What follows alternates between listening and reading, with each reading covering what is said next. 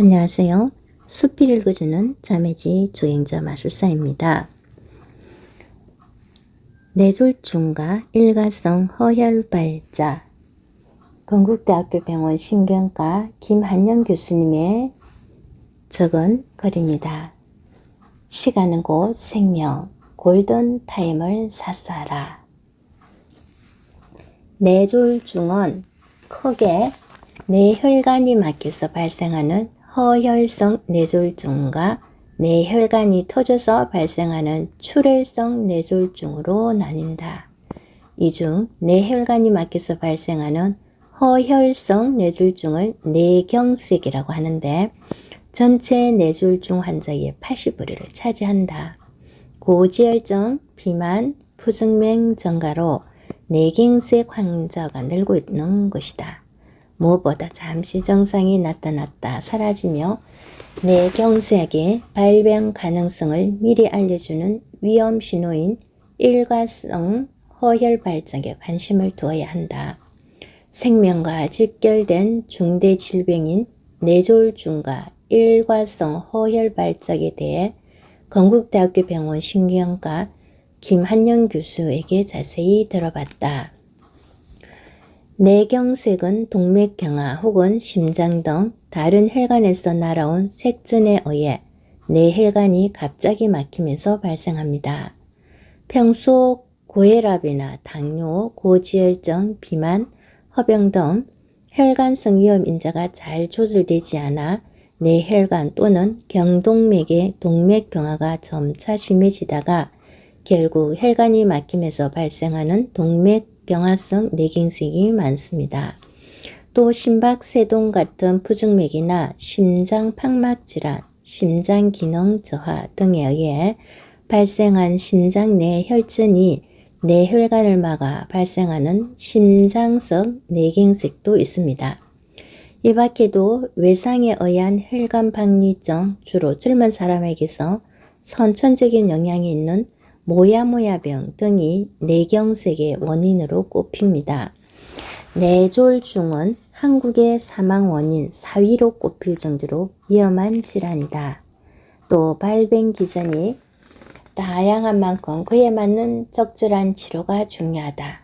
추운 겨울이나 온도 변화가 심한 환절기에 주로 발병한다고 알려졌지만 실제 뇌졸중 발생 빈도에 관한 연구에 따르면 계절별 뇌졸중 발생률의 차이는 크지 않은 편.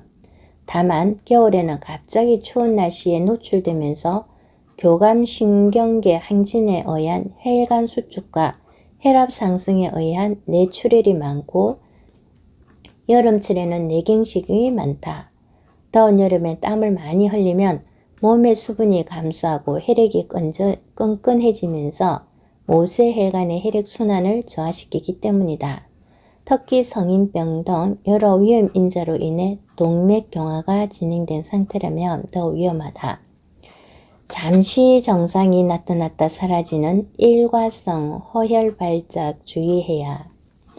뇌경색 증상의 특징은 갑자기 발생하는 신경학적 이상으로 판단할 수 있습니다.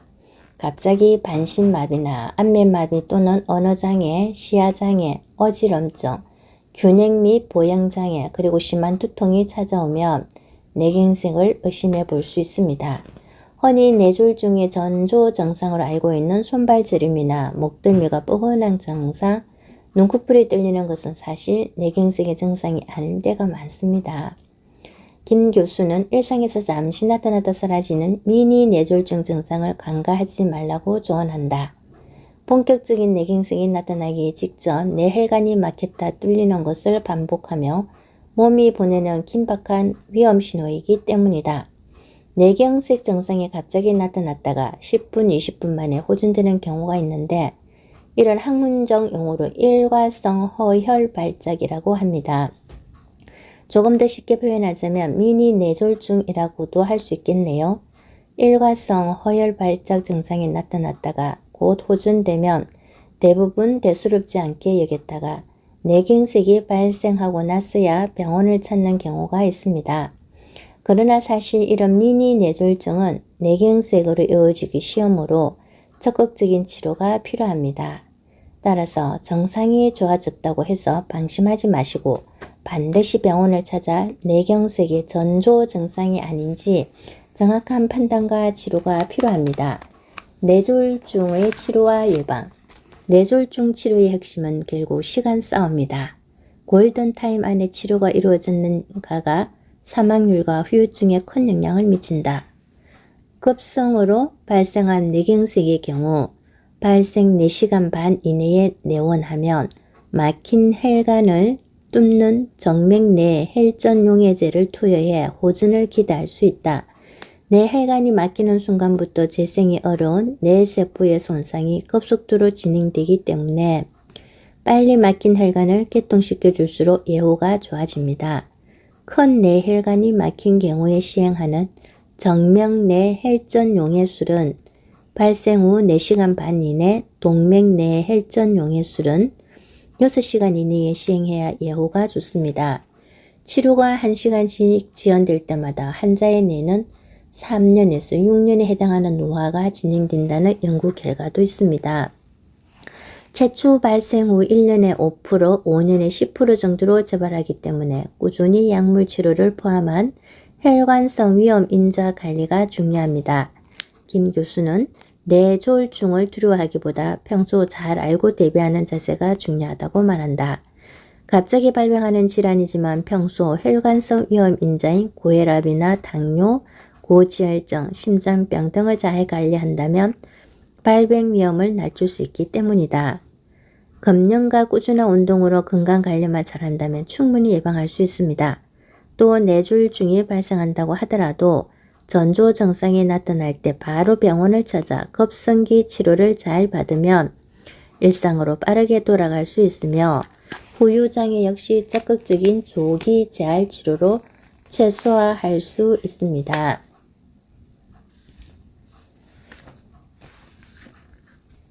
두근두근 내 심장이 아파온다. 가슴 통증을 알아보는 핵심증. 심장 근육에 혈액과 영양분을 공급하는 혈관이 있다. 혈관이 생긴 모양이 임금님관같이 생겼다 하여 간상동맥이라고 한다. 심혈관 질환의 대표 질환으로 돌연사의 죽음이 급성심근경색증과 핵심증은 모두 이 간상동맥의 동맥경화증이 진행되면서 심장으로 충분한 혈액 공급이 이루어지지 않아 증상이 나타나는 것이다. 운동을 하거나 과도하게 움직일 때는 몸 전체에 필요한 혈액량이 늘어나기 때문에 심장이 더 많은 피를 더 빠르게 전신으로 보내야 한다. 이를 감당하기 위해서는 심장 근육으로 혈액이 원활하게 공급되어야 하지만 관상동맥이 좁아져 충분하지 못하게 된다. 혈관 면적의 70% 이상이 좁아지면 가슴 통증 등 핵심증의 증상이 발생할 수 있다. 가슴이 뻐근하다, 쑤신다, 두근거린다, 숨이 차오른다, 조이거나 쥐어짜는 것 같다 등의 통증이 느껴진다. 생과 사를 다투는 응급질환이 발생하기 전에 심장이 아프다는 경고를 알아차리자. 운동 시 발생하는 안정형 핵심증부터 점점 심해지는 통증의 불안정형 핵심증, 혈관 경련으로 인한 변이형 핵심증까지 증상에 따라 다른 핵심증에 대해 자세히 살펴본다. 안전형 핵심증.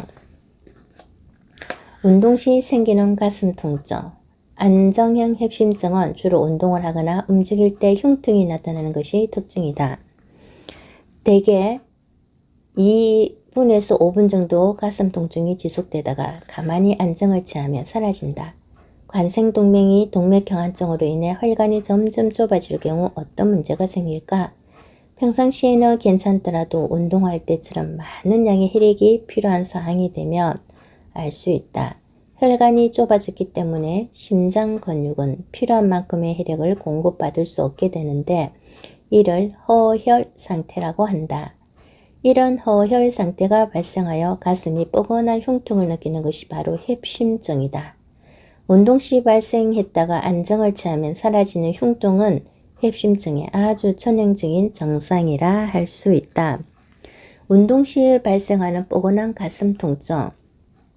안전형 핵심증에서 발생하는 흉통의 특징은 운동을 하는 경우 빨리 걷거나 언덕이나 계단을 오를 때 무거운 물건을 들 때 등 육체적 활동 중에 통증이 시작되는 것이다. 대개 2분에서 5분 정도 지속되다가 안정시 증상이 사라지며 언제 그랬냐는 듯이 괜찮아진다.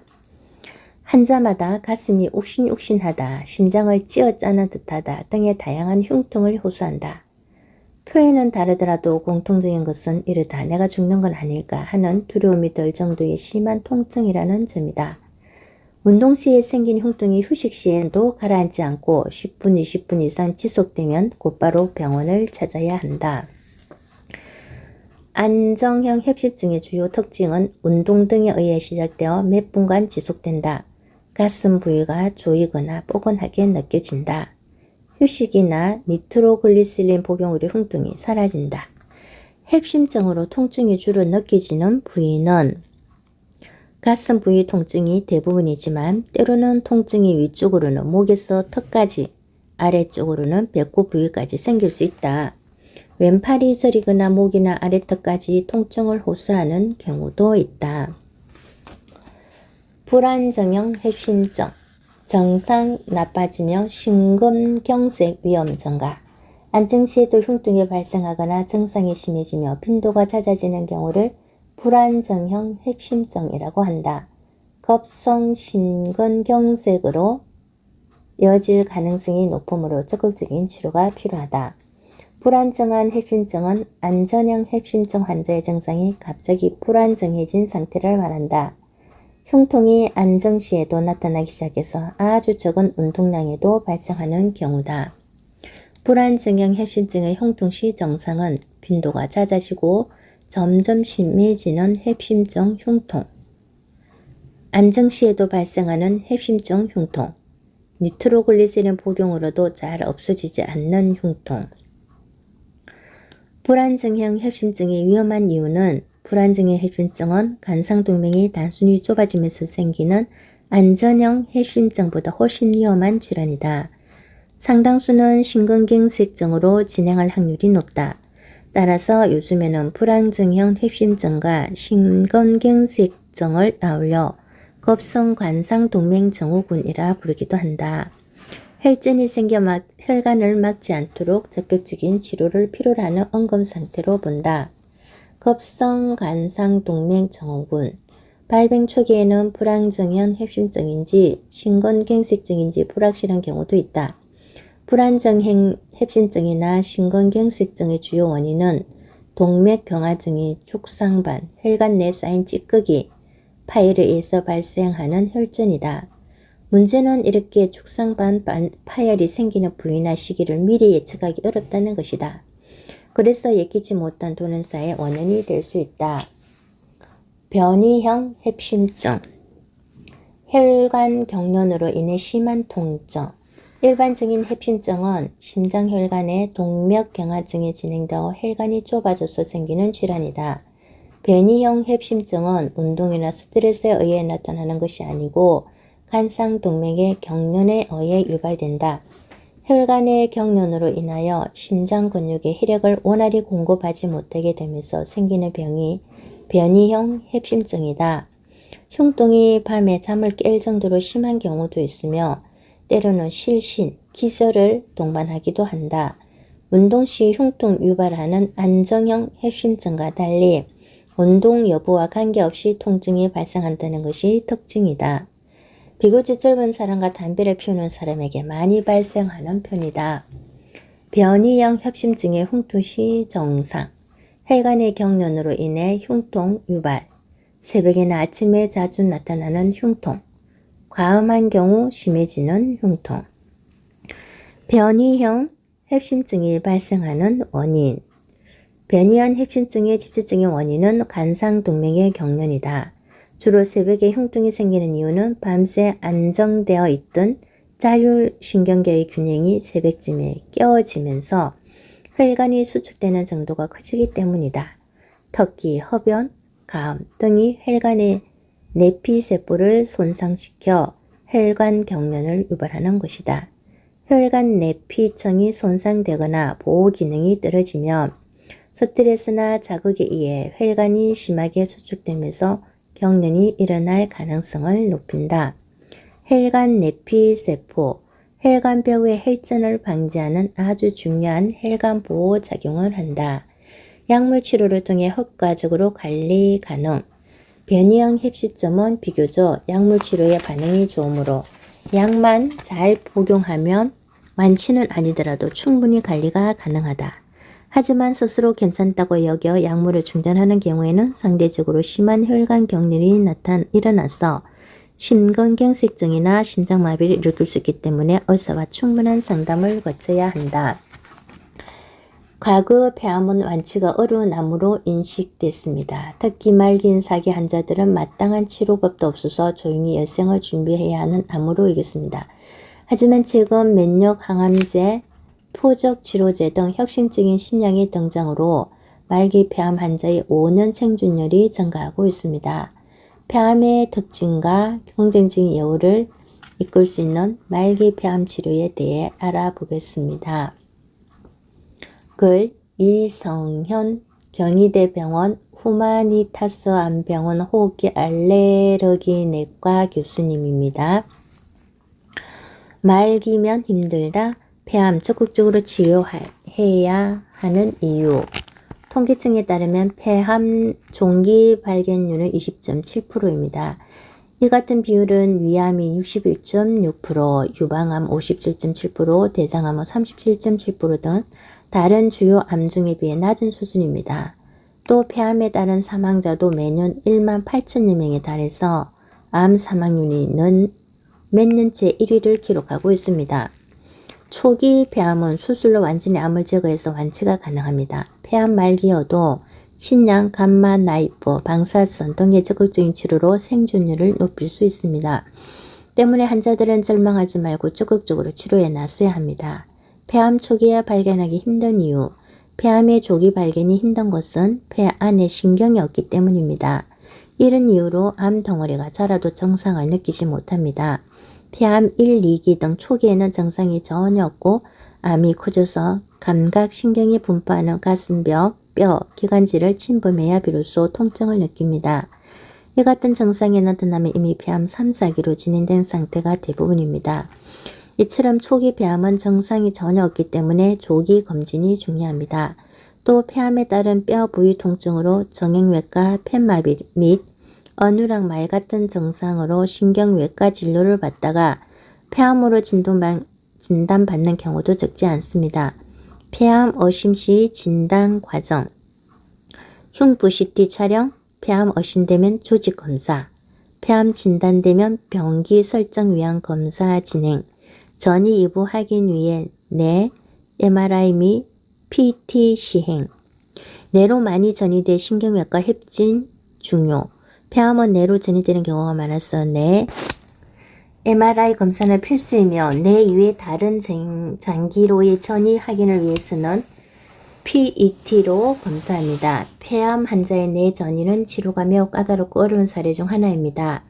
일반적으로 뇌 전이가 있으면 항암 치료만으로는 치료 효과를 기대할 수 없습니다. 뇌까지 약물이 전달되기 어렵기 때문입니다. 이런 이유로 감마 나이프 시술이 가능한 신경외과와의 협진이 매우 중요합니다. 칼을 대지 않고 뇌 전이 암세포를 효과적으로 사멸하는 감마 나이프 시술을 통해 전이된 뇌 병변을 우선 제거한 후 항암 치료로 효과를 더욱 높일 수 있습니다. 감마 나이프 추가 시술은 그렇지 않은 경우보다 치료 효과는 물론 환자 생존율 향상에도 기여한다는 연구 결과가 있습니다.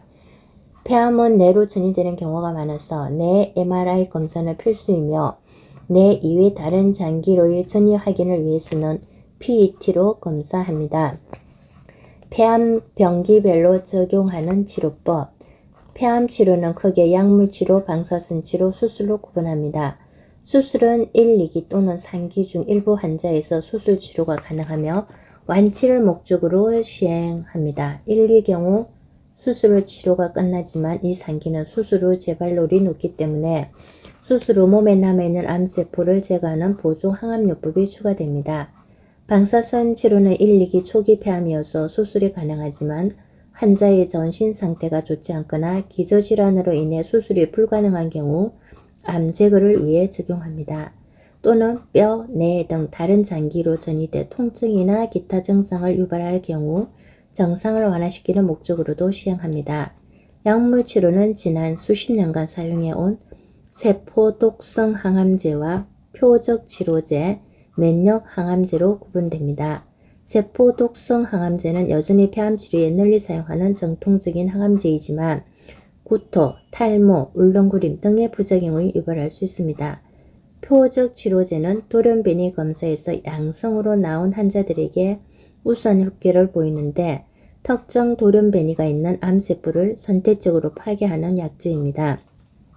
대표적인 면역 항암제는 면역 관문 억제제이며 암세포를 공격하는 것이 아닌 면역세포의 일종인 T세포를 활성화시켜서 암세포를 사멸시키는 약제입니다. 면역 관문 억제제는 단독으로도 항암 효과가 입증됐으며 세포 독성 항암제와 병용했을 때도 우수한 치료 효과를 보입니다. 폐암의 주요 치료 방법. 수술은 폐암 절제, 일기는 수술로 치료 끝. 약물 치료, 세포 독성 항암제, 포적 치료제, 면역 항암제 등 사용. 수술 후 남아있는 암세포 제거. 폐암 4기 환자의 긍정적인 치료 결과 기대. 방사선 치료. 환자의 전신 상태가 좋지 않거나 기저질환으로 수술이 불가능한 경우 적용. 뼈, 뇌 등 다른 장기로 전이됐을 때 통증 등 증상을 완화시키는 목적. 이성현 교수의 조언. 폐암 4기 환자에서 이 같은 면역 항암제와 기존 항암제의 적절한 변용은 긍정적인 치료 결과를 보이고 있습니다. 4기 폐암 환자들도 포기하지 않고 적극적으로 치료를 받으면 반드시 좋은 결과를 얻을 수 있습니다. 네, 숲을 읽어주는 자매지 조경자 마술사였습니다. 우리가 뇌졸중과 발작, 또 회심증 이런 것은 잘 접하기 쉽지 않은데 좋은 글이 있어서 함께 나눠봤습니다. 우리 모두 건강할 때 건강을 잘 지키면서 건강하고 행복한 삶을 살았으면 좋겠습니다. 좋은 글을 적어주신 분들께 감사의 말씀을 전해드립니다. 감사합니다.